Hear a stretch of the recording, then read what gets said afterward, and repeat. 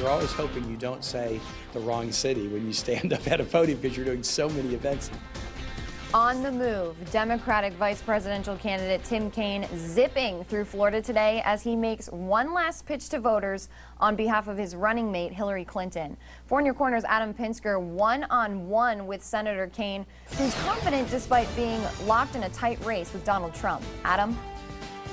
Lisa, 3 months ago, very few people had even heard of Tim Kaine. In 3 days, he could be the next vice president-elect, but there's still work to be done as voters decide between his running mate, Hillary Clinton, or Donald Trump. And Kaine is leaving no stone unturned as he campaigns almost nonstop.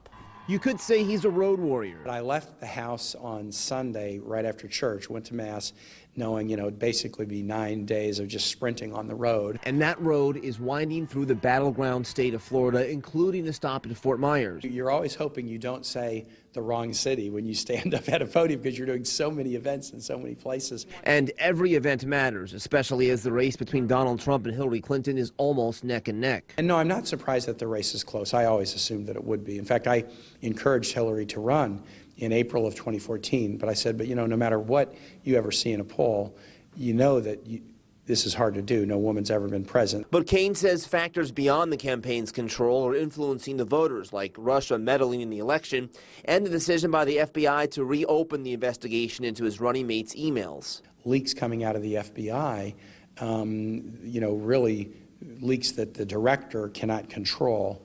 Those are 2 huge issues that we're going to have to think through carefully. Senator Kaine says he wants to stick to the issues affecting voters. I asked him how a Clinton administration would handle the pollution from Lake Okeechobee. It's a kind of a scientific question about what do you do that's right for the lake that doesn't, cause problems for others, and you've got to have good science.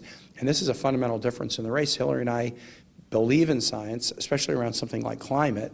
Donald Trump and his running mate won't accept climate science. Now that he has stepped onto the national stage, Kaine leans on his experience as a mayor and governor in Virginia, which helped prepare him for this moment. Just in terms of attitudes of voters, 22 years of doing work in Virginia, I'm amazed that situations may be different, but that people are the same. And Senator Kaine says a Hillary administration will fix Obamacare, not replace it, by increasing subsidies to help bring down the cost of rising premiums. The administration would also work with states like Florida who don't want to expand Medicaid for those who aren't covered by Obamacare. In the newsroom, Adam Pinsker, Fox 4 in your corner.